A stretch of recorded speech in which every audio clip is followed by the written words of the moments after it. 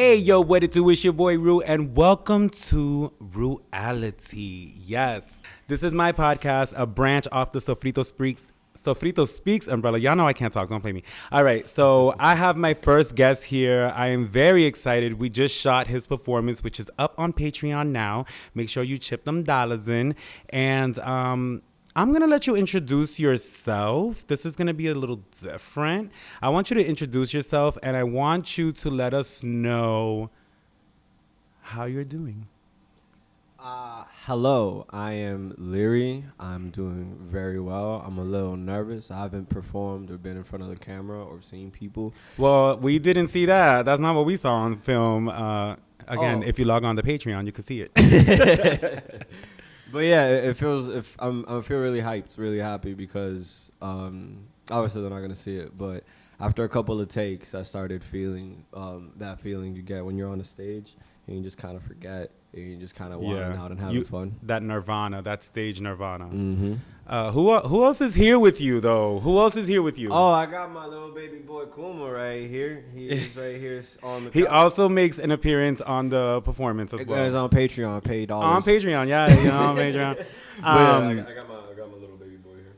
I just brought my wavy baby that Miss Michela bought over here, and you know we sipping it. So yeah, I've been doing good. We are launching this. This is a different project for the city of Lawrence. I wanted to start something that's gonna showcase the artists out here, not just out here, but anywhere in Massachusetts, and then eventually take it over to New York and Los Angeles and just travel around doing things like this. So this is a great start. I want to thank you first for coming on and giving us a shot.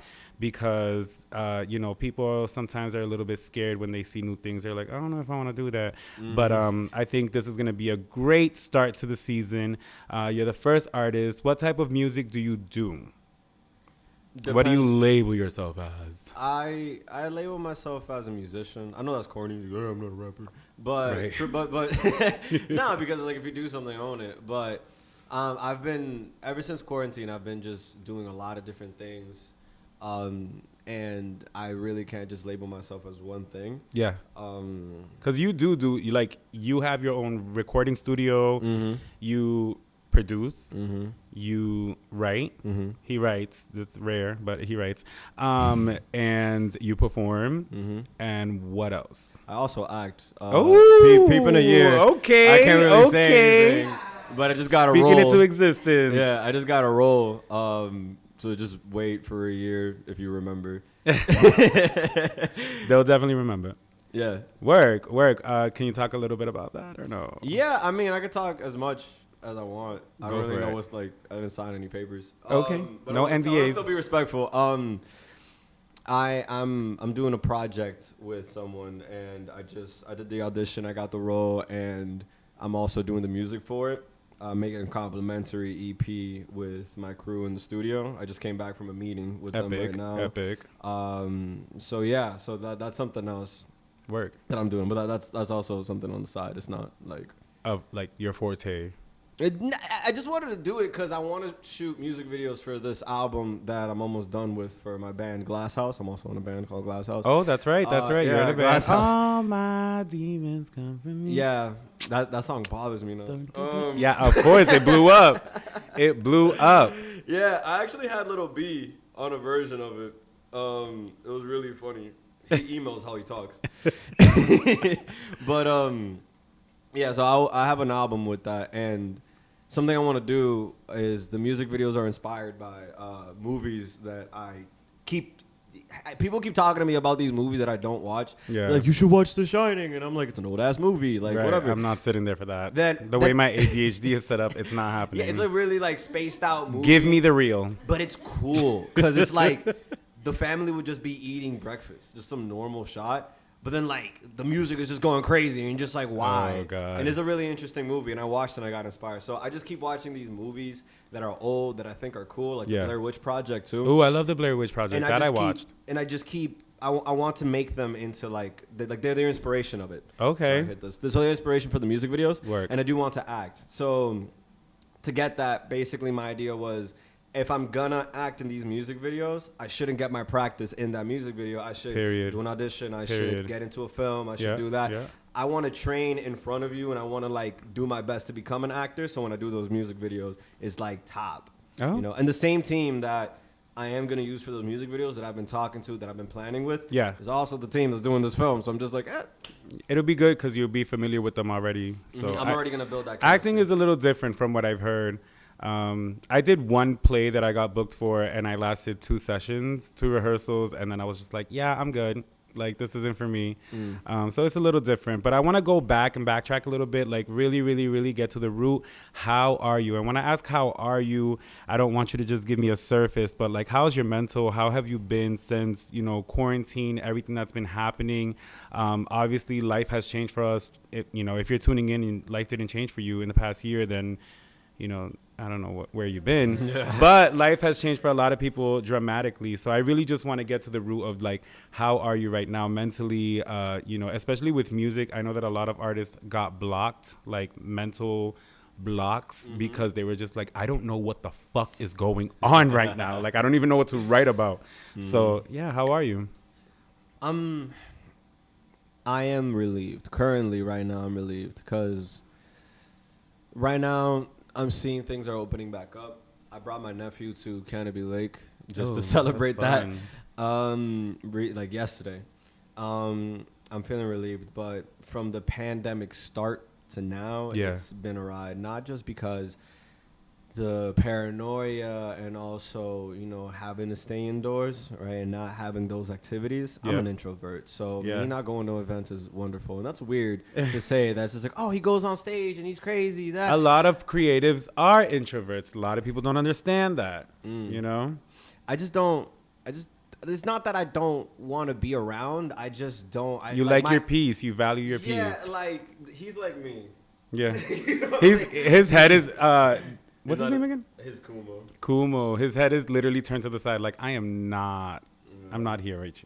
But it's not because like I'm missing people. It's more because I had something else happen. I lost my grandfather in the middle of the pandemic. It was in summer. I lost my grandfather, and it was a difficult thing because that's the first time I ever like. A lot of my grandparents and people in my family died when I was young because I was born. Like my brother was 10 by the time I was born. Okay. So I was kind of born late. So a lot of people were just passing away. So I was young, but in the summer my grandfather died, and that started in November. That he came to the United States and he doesn't speak English. So I would have to translate a lot of things for him. Yeah. So being that person to translate, telling you that you're gonna die. And everybody's looking at you really hopeful is something difficult. Yeah. So imagine telling somebody they have cancer. Yeah. And they're looking at you like, what did they say? You know? So, and then seeing him and being there with physical therapy and translating and really helping him out, then just seeing him strong, but then like when he saw that all his appointments got canceled, he just gave up. Yeah. And seeing that, right? Really, really just, it was hard. And it's like, It was also that I didn't really have anyone to turn to. Because, you have your family, but my family's very, like... But they're also going through it as well, so it's not a yeah, but it's more that, we got a call that he was, like, really bad, because then my uncle got him a place, one of his houses, so he would go there instead of living with us. Yeah. And we got a call that he got sick, but like he got worse. But we didn't think it was anything crazy. We didn't think he was gonna die that night. Yeah. So when we went there, seeing him gasp for air because his blood pressure was low, it was getting really low, and then seeing him there, hearing my mom say it's okay, you can let go. Like it's something really hard. And like my mom didn't cry when he died. My mom just threw her mouth to the side. My brother just went outside and came back. No one cried. Nothing. Like his wife was crying. Yeah. Right. His roommate was, but. Even in the funeral, like, my family wasn't crying. My mom's sisters were all that. But my family wasn't crying. And when you have, like, my mom's 64, and she's handicapped, so I always have to be, like, protecting her. Yeah. So seeing that and seeing her not crying, one day I just started bawling out. And I was like, I'm sorry, I'm not strong enough. And it's hard for her to be my support, right? When I'm supposed to be her support. Exactly. That was my pandemic. My pandemic wasn't really about COVID. It was more about dealing with the loss of a family member and feeling like you didn't play your role how you were supposed to play your role, right? When that wasn't on me. Yeah. I wanted to be her support, but she ended up supporting me. Wow. You know what I'm saying? So it was that's that not easy at all. Yeah, that's a completely different experience than from what I've been hearing from other people. So I commend you on that, and for staying strong. That's a lot of mental work that you need to do for that, and emotional. I just so that was that was felt. That was felt. Alrighty, so let's reel it in real quick. I want to now get into the conversation a little bit, and I want you to go back and tell me about how you started rapping and music, and how you realized, or when you realized, that this is what your focus is. All these entertainment aspects that you're doing, acting, producing, all of these things. When did you realize this is what I want to do? Yeah. Like a week ago. A week ago. Damn. No, I actually been making music my entire life. Yeah. My entire life. My brother, from the most back memory I have, Dominican Republic with a cracked version of Fruity Loops. Okay. On a thick ass computer. A lot of us have had that cracked version of Fruity Loops. A lot of us. So seeing my brother just make music. My brother's always been my inspiration, and he was making music, Jay, and one night I asked him, because I would write or whatever. One night I asked him, I'm like, can you teach me how to write? And he taught me how to write in 4 bars. So he's like, just rhyme the same thing, right? Just keep rhyming it 4 times, then change the flow and change the rhyme. And I took that and ran with it. And if you see the performance, I don't even stick to one. Yeah. I just kind of keep going. Yeah. So it just evolved from that. And so it was my brother. My brother would make music a lot. And just seeing him just do whatever, I think that's why I just do a lot of things. I used to work at Movement City as a teacher. Mm-hmm. Now I'm doing marketing for real estate. Why? That's a big jump, right? But that's still a somewhat creative job. Yeah. So still in that realm of, But my brother, he's the reason why I do the things I do, because he's so brave. He went, I remember he used to work at telemarketing, then janitor, then at the club, then he would perform, and then he went and started a business with billboards, and then that didn't go as well. Then he started a restaurant, that didn't go as well. Now he's into real estate, and that's going really well. So seeing him just try and fail and not give a fuck and just go, I was like, fuck it, dude. I gotta say that because a lot of people are afraid to fail, and in failure is where you really learn.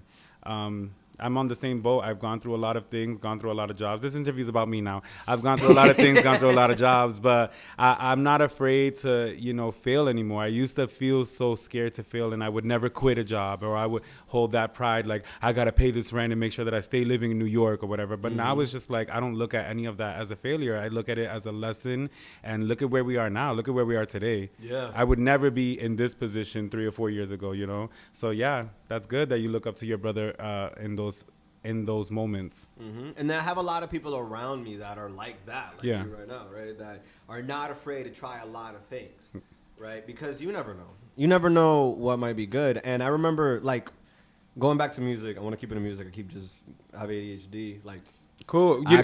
We both have ADHD. I'm diagnosed, by the way. It's not that I have ADHD. Well, I have ADHD. Do not give me that. No, because every single time I say that, people are like, okay, let's not swipe that. No, it's no. You gonna learn. I actually do. Shut up. Nah, but back into music. I've always felt comfortable hiding behind an 808. I would confess things in music that I would never say in a comfortable behind an 808. Yeah. Album cover right there. Just an 808. Nah, but so that's why I always stuck to music, because I always felt comfortable hiding behind it. And it's just fun. And then the community that comes with that too. That's why I started the studio. Actually, I got my studio, fun fact, I got my studio from I was performing a Semana Pana. And I had a family friend that was my brother's friend that really liked the performance. And he just gave me money, and he was like, start a studio. Word. Do your thing. And I was like, facts. I built a computer. I rented a space. I had the rent paid for like 6 months. Had everything. And then I started asking friends. I'm like, you throwing away couches? And then that's how I have that space. But what was the question? Like, why do I focus? What made you start it? So my brother, right? And I just kept going in it. And when I realized that this is what I wanted to do was the other day, because I do a lot. But then I noticed one day I was just around. I was driving, and then it hit me. I was like, when I wake up, I think about music. When I'm working out, I'm running, thinking about music video ideas to other people's songs or my own songs, right? I'm always thinking about verses. I'm always thinking about just music. And then I was like, okay, if that wasn't around, what would I be thinking about? What would I be doing? What would be my plan? Like, I work to pay the bill for the studio, right? And I'm acting because I want to make the music video, and everything just goes back into it. You know what I'm saying? Like, and I was like, okay, you take that away, what am I? Because going back to my brother, no diss Jeffrey, but he stopped making music. Yeah. And I was telling him, like, why did you stop? And he's like, oh, I'm too old now. Age ain't nothing but a number. Like, what does it matter, right? You know, that's why I focus on it, because that's what I focus on. Like, I just realized that that's all I do. That's all I plan. That's all I have over like 2,000 notes. All of them songs. Oh, wow. All of them songs. That's insane. So, you know, I'm always writing. If I'm bored, I just write a verse. And that's just how it is. It's that focus, though. That focus to sit down and write a verse. You know what I'm saying? Like, writing is something that a lot of people don't realize. Like, you really got to work at it. You can't just write a song. You know, you gotta have 2,000 notes of verses to find that one song that you're like, I want to record this one. Yeah. You know? And after you understand that music isn't about like, I want to make this song. It's more like, I want to make a song that makes me feel what I felt. Period. From when I heard that, right? Yep. That's actual inspiration. So, and like, if you really like something, you're not going to notice when you have 2,000 notes. You're going to be like, oh shit, I have 2,000 notes. I made an album. When I made Demons, I made an album too. Yeah. So the idea was Demons, video, album, right? Made Demons, kept making music after we kept making the album. And I was like, bro, these songs are way better. So then I was working on this album, Plexi, since 2017 to now. Yeah. And all those songs are gone. And I have brand new songs, dude. And it sounds nothing like Demons. It's good. Because going back to how COVID affected it, I didn't get writer's block. Matter of fact, I think I unlocked something else, because I would always make music thinking about the crowd, right? Okay. I would always think about how would they react, right? And it's like, you make music, you put the breathers in there, you blah blah blah blah blah, right? But if you hear Devil's Cake, do not take a breath. That wait, because we gotta get into Devil's Cake first. We got to get into Devil's Cake, because if you haven't heard Devil's Cake, go stream it now. It's on all platforms, right? It's also on YouTube for free. It's like, whatever. It's giving what it's supposed to been gave, period. That was the first song that I heard from you that I was like, yo, I went crazy. I was like reposting. I'm like, the way this man just went the fuck off on this. No, that's Outside. That's the first one. I love that one. That one is a cute chart topper. I was like, okay, I can see where he's going with this. He's trying to, it can be on the Billboard. I can see this mainstream. But Devil's Cake is that song that you find on the album that you're like, it's an album cut. It's like a deep cut. Like, how the fuck did nobody listen to this song? And those, like, the bars, the way that you were spitting, the feeling behind it. There was so many lines that I was just like, this is how I feel a lot of times. So the song was about lack of opportunity. Yeah.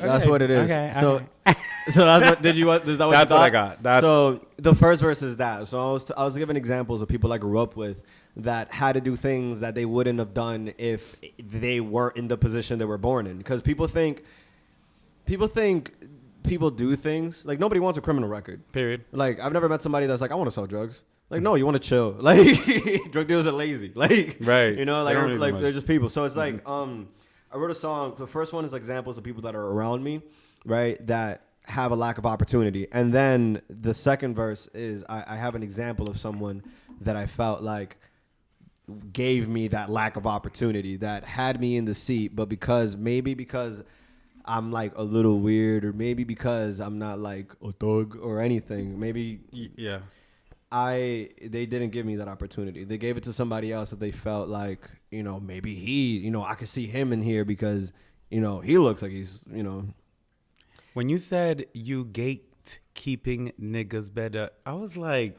I was talking about terminology. I name dropped oh him. my God. I name dropped him. I sat there and nigga. I said, oh, something. This is something right here. But it's not like. And it wasn't a diss. It wasn't like. But it was a cute little. Yeah. It was like it was a little jab, just because it was like. Because it was like, cause the reason why I chose him specifically, because there was 2 instances that I was with him, I performed for him, and he was like, oh, that's cute. And then the second one, I sent him Demons before it came out. I was like, look, can I get your number? I want to show this, blah, blah, blah. And Demons isn't like a song that it's just like, oh, I'm rapping. Like, no, like there's actual like Diaz on there. We do like chords with vocals. Like we tried. I got Wes in there to like play the guitar. Like we tried to make an actual song. And I'm like, look. Effort, right? Yeah. And then I get ignored, right? So I'm like, okay, this is somebody I can use for that. That's like a good example of someone that could have gave me an opportunity. Could have been like, hey, look, see these new things, right? Go to these studios, meet these people, right? But then me mandó un tenta allá to go see a DJ. And then that DJ told me, oh, I don't know. So he was just an example. It wasn't that like I hate the dude, because honestly, like if he hears the song, he's probably gonna be like in his slippers at his house with his kids and be like, damn, I guess. Like he's not gonna care. But that's the reason why I chose him, and that's he was just an example of somebody of lack of opportunity. And that song is a really good example of what I'm talking about in COVID. So I put those 2 songs together because those are examples of music made in COVID. So Outside, I made it literally the day after lockdown happened. So the March 13th, right? Well, nope. Oh. So March 13th, right? I made that song. I was just in the studio, then I called Isha, and then Isha came over, and then we just did the verse. And that one, I made music thinking about the crowd, like I was saying earlier. Mm-hmm. Right? I made music thinking about the crowd, and that's why it sounds like that. That's why it has those spaces. That's why it's all spaced out. Then Devil's Kick, I made a little bit of it, and then I wrote the verse like the weekend before I dropped it, right? Not thinking about the crowd. Reason being is because during the pandemic for a year there was no crowd. Right. There was nobody. There was only IG Live. Yeah, but I don't know. I used to make music thinking about the crowd, so I was like, okay, I need to do this, I need to do that so that I could breathe, and then it won't be too weird for people if I yell. But then I was like, fuck it. Like, I'm going to yell. I'm going to make the music that I want to make because I like it when artists do this, but usually artists rap like that for like a pocket. Yeah. I want to do that for a whole song. Yeah. So when COVID happened, and it's still happening, but like when I just got more used to not having a crowd, I got more used to not thinking about the other person while making the song. So those 2 songs are just a representation of like when the pandemic started, my mindset making music, and the paradigm shift after. Perfect. So that's why they're bundled together. Okay. Pause. So you talked about the 2 songs being released together. What was basically your motivation for that? Like, was it just like, oh, I just need to fucking release music? Like, everybody in my circle was like, dude, what are you doing? You have no music on. I'm like, it doesn't really matter. Like, I feel like what am I gonna do with it? That's a common thing that people who make music hear all the time. Like, there's always that need, but because people live in 15-minute attention spans, they're like, why don't you have something new out? And you're like, I just put a project out. Like, being let it live. With you, I regret dropping the songs just because, like, I wanted to drop when it wouldn't just be a conversation for 2 weeks and forgotten, right? People talk about it here and there, but like the songs, like I was driving over here, and then one of my friends was listening to it, and then they just drove by me. I'm like, oh, it's not. But the universe, but do like, it. But I rather, and this is gonna sound pretentious as hell, but I rather just make an experience. Like, you know what it is? It's not pretentious. It's you understand the vision. I feel like people release music, like myself. We just release music just to fucking release music. I can't say it enough, but like, for instance, this past J. Cole run, he actually did interviews, and there was actually promo, and there was actually like, it wasn't a surprise drop. You know what I'm saying? Like how everyone's trying to do now. I'm gonna do a surprise drop. Not everyone can pull off a Beyonce.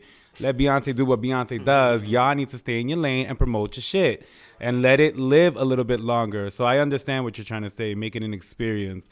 So I fuck with that. It's gone. It's gone. And J. Cole's press run wasn't even that major. J. Cole, but that's his thing, though. Yeah, J. Cole's press run was not huge. It was just a couple interviews, but Like Charlemagne on The Breakfast Club actually pointed out, he's like, nobody does press runs. Like nobody. People stop doing interviews too. Yeah. It's like where is the conversation about your project? I fell in love with Tyler the Creator because of his interviews. Izzie, right? The door. Sorry. I fell in love with Tyler the Creator because of his interviews. Because he'll just go on there and he wouldn't care. And I fell in love with his personality. Then I heard his music and I was like, okay, that fits. Yeah. So yeah, like I love that. And I feel like after a while, it just kind of got annoying because from what I've seen, they just kind of poke at you to try to get a story. Yeah. And I can see how that's like, oh, I don't want to get antagonized, you know. So speaking of making it an experience, what does that mean for the next upcoming project? Oh, what does that constitute? Yeah. I feel like it's just overall the artistic vision needs to be there. So I have this album Plexi, right? Plexi. And I made a video a while ago, and then at the end I was like, Plexi coming soon, but not soon, whatever. And the idea of it was Glass House Plexi, and it would be music videos, it would be clothing, it would be photo shoots, it would be a change in me physically, right? It would be just when you listen to it, it brings you, like, I want people to listen to my music, right? And think back to like, oh man, remember 2021? Like, this takes me back to that. Like, I want people to get nostalgic, right? Okay. I don't want to start anything. I don't want to do anything besides just leaving an impact. Because when you go to Disney World, right? You gonna remember Disney World. You gonna remember Disney World. Remember Disney World. Yeah, like you don't even see the employees walking around. You don't even see like light poles or nothing. It's just the rides, and it's like 4D. It's just an experience. Like you're there. You're in the world, and that's what's entertaining. Oh my god! Yeah. We're recording a whole thing. I need to hug him. Go ahead. Do it. I was telling you to be quiet. Guys, one of my best friends, Izzie, just walked in, and we're all just mutual friends. So it's happening. It's happening. It's a moment. Get it on film. Get this on film. So yeah, your next project. You want to make it an experience, Disney World, in the person. So I just use Disney World as an example because they make you feel like you're a part of something, right? And everything that I love always makes me feel like I'm a part of something. So bring it back to Tyler the Creator. When you go to his concerts, you can see the meanest looking dude, right, with a striped colored shirt. Right. You know what I'm saying? Like it like makes. And it he's feel just like not caring. I love Tyler the Creator. I recently just got into him. He's pretty good. He's really good, actually. Not pretty good.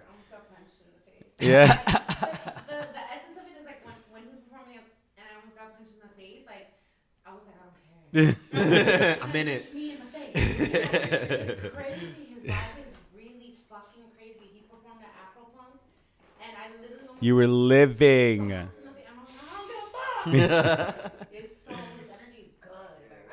That's real performance though. Like, if that's where you're going at, and Well, we already saw it. Like, he literally threw the dog in the air. He was just like, hey, Going back hey, to that hey. too, like I wanna do, and I'm just saying this all because it's like, whatever.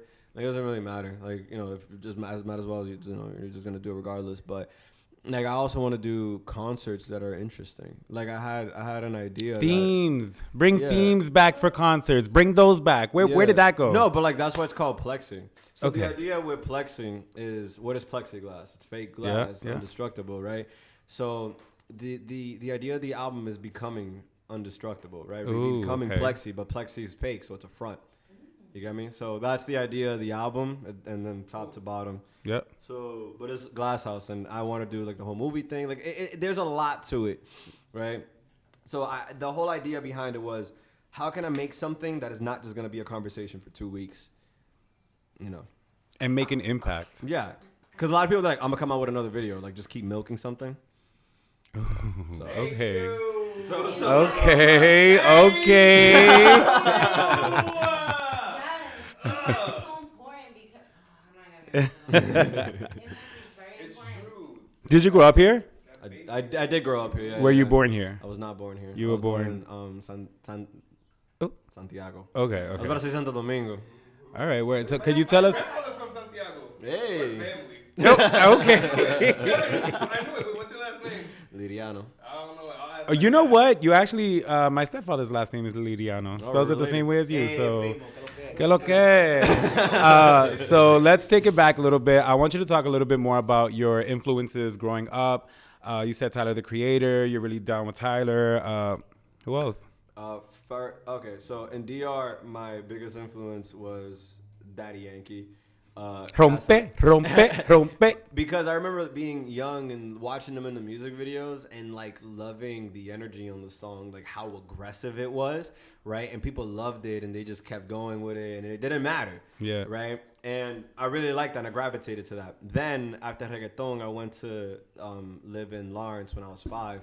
Sorry. I went to live in Lawrence when I was 5, and when I got to my uncle's house where I was going to stay at, they were watching MTV and they were watching Ludacris Get Back.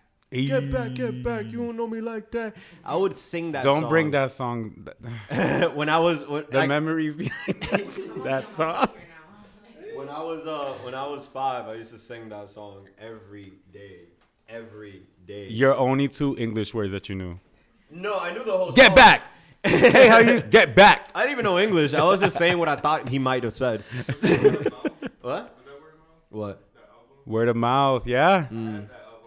Word of mouth. You found it in the street? Yes, I was like 8 years old. You're just like, oh shit. Yeah, it was one of my friends. So they dropped it. One of my friends, he dropped it on the street. He's like, I'm hood now. Like, what song? Yeah, the lyrics don't feel it. And I love the video because it was he was like this big buff dude. Yep. And then somebody was trying to like be like, hey, yo man, blah blah blah. And then Get back. But I loved it because it was so over the top. It was so extra. And my mom's music, my dad likes to listen to classical music. My mom likes more like ballads. And I liked Daddy Yankee. And I noticed that I really like things that are just over the top, jumping the shark. You like the artistry of things. You don't just like to do it superficially. You like to dig into it and figure out what it is that's going on. How can you make it bigger? Which is something that a lot of artists do not do. And a lot of artists always says like, yo, I'm just trying to do it different, but then like use a YouTube beat. So it's like they always I feel like shots are being fired. I mean, whatever. It's just general. If you got offended, whatever. But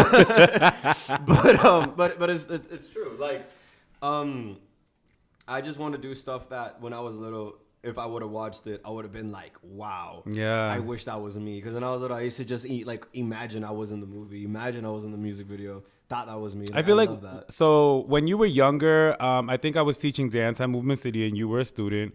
Don't really remember you. I didn't talk. Yeah. And then from there, I moved to New York and then I come back and you're an instructor and they're like, oh, he used to be a student. And I'm like, okay, well, I don't know. He wasn't a dance student, so usually if they're not dancers, I don't really interact. You know how I do at work. And then the first time that I was like, this person is someone that I need to know was when I saw you at an open mic for Movement City. Shout out Movement City. And you performed Demons. And I stood there and I said, this person is not your typical, you know, I want to make music. This is not that. This is someone who really like at an open mic blew the room away. People in the room were singing the lyrics. The vibe was there. Yo, I didn't have to sing it. Yo, you were like, and you were working that room like nobody has ever worked that open mic. So I was like, yo, my breath was taken away and I was just like, I need to respect this man because he is top-notch professional. Like, you know, you went to an open mic and a lot of other people go to open mics and they're just like, I'm just gonna do this, you know. We see this once a month. We know what it's like, you know. And I'm talking shit because I ain't never gonna get up there, but I do this is the shit that I do. But you went up there and you just ate it. And then the other gentleman you were with, Elijah. Yeah, you guys really killed that. And that song, once I heard it that first night, one, it was catchy. Two, it made me feel a type of way about something. And three, I was just like, this is a hit. This is deeper than a 2-week track or a 2-week conversation. I ran that song for a year. I mean, and it deserved it. It deserved its time because it lives, in my book, it lives as a classic from, not to label you, because I hate when people are like, oh, you're just local. You're a local artist. It doesn't matter. That's what I am. You know what I'm saying? So when we think about local music, that is a staple. So like when I go to my friend's house, my George's house or whatever, and I pull up local artists, and they're like, yo, who's this? And I'm like, I play that song, and they're like, yo, who the fuck is this? And I'm like, yeah, that's what I'm telling you about. Yeah, and I'm always telling them, like, this is in Lawrence. Like, this is in our city, and we're here worried about, Kim Kardashian and all this other shit. But look at these people that we really do have that we need to put on a platform and push, So going back to that, like, when you were younger and, like, seeing your inspiration and then, like, seeing you, like, how you take your time in between your releases and you don't really, like, focus on, like, oh, people are telling me I need to release something. You're kind of just, like, you grew though from Demons, and then you came out with Outside, and then you came out with Devils, and I was just like, no. They don't even sound like they would come from the same artist. I was like, he's not sitting at home watching television. He is studying. You're working, and that's the things that a lot of people don't see. They just hear the good songs. They hear this is a hit, this is that. You should do a video, bro. You should do this. Oh, yo, I could shoot you. I know my boy over there. But it's like, it's deeper than that. It's deeper than that. And it's the meaning behind it. Devil's Cake, I swear to God, I died. I died in my car when I heard that. I said, okay. Outside, automatically, like I already said it, it was a hit. It sounded like a hit.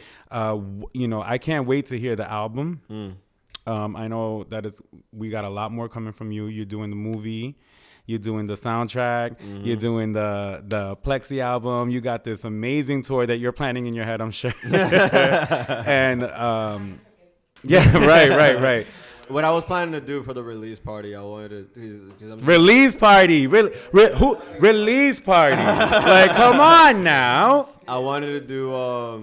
I wanted to rent something. I don't want to go into too much detail because every single time I say something, it never someone steals it. But but basically, I want to do a release party and I want to do it for free. I know you said buying tickets, right? I'll do donations probably, but I want to do That's okay. If you do donation based, just because I don't like that idea. Like, oh, pay to see me. Like, who the fuck am I? You don't like that idea, but now I'm gonna interject. Do you ever see yourself behind the machine? What does that mean? The machine pushing everything, pushing the money, doing what it needs to do, having a manager who's gonna really like get you the income and everything, sell those tickets, sell your albums. You know what I'm saying? Like, cause I know you. I know that you're a type of person where you're like, I don't really care about that. It's not really that. But would you ever sign a contract with Atlantic Records or something like that? That's a conversation because and I studied this. When it comes to labels, I feel like you can do, because a label, all it gives you is a budget and then you find a team, right? So if you just have and then you got to make that money back. And you got to make that money back, so it's just a loan, right? Right. So it's like if you can make the money on your own to fund your own project, to do it and to show people that you could do it on your own and do the promo. I do real estate. So my job right now is to market a house, to be able to sell a $500,000 house to someone. I think I could sell a $1 song. Yeah. Okay. So I don't think, unless it gets too big that I need someone to be able to get me that connection, to get into that venue, to get my CDs in a place, to get my whatever, right? But in the age of streaming, you don't even need a leading single. Period. Right? So it's like, I feel like we live in an age where music, the way to consume it, there's a lot of ways to do it, and it's just untapped, right? Like, how come people don't do more visual albums? How come people don't make websites that are part of the experience that change? How come you can update a song? You heard her? Websites. What happened to websites? We were doing websites at 12 years old, like my generation at least. Like, what happened to HTML and all that? I actually, for what I do, I actually also make websites for people too. Work. So that's why I mentioned websites, is because that's like something that I'm like, yeah, like what happened to websites? Like, it's something really cool. People just go on YouTube and Instagram and Facebook. But I forgot the question. I don't know where I'm at. You done got me because I don't forgot the question. On to the next one. No, we were talking about like how you want to take it a little deeper, doing tours. Being behind the machine. Okay, yeah. So, if I can just invest money into it and show that you can just do it, and everybody's like, yeah, you could do it on your own. If you could actually do it on your own and actually pray for promo and actually do the video and actually have a layout of how you're gonna drop everything and schedule everything and post everything and treat it like it's an actual fucking job instead of a hobby that you just do on the side. I need people to listen. Then I think you could do it, because people are like, yo, how come? Like, for example, like I never drop, right? And that's not even on purpose. That's just because I'm like, it's not good enough, right?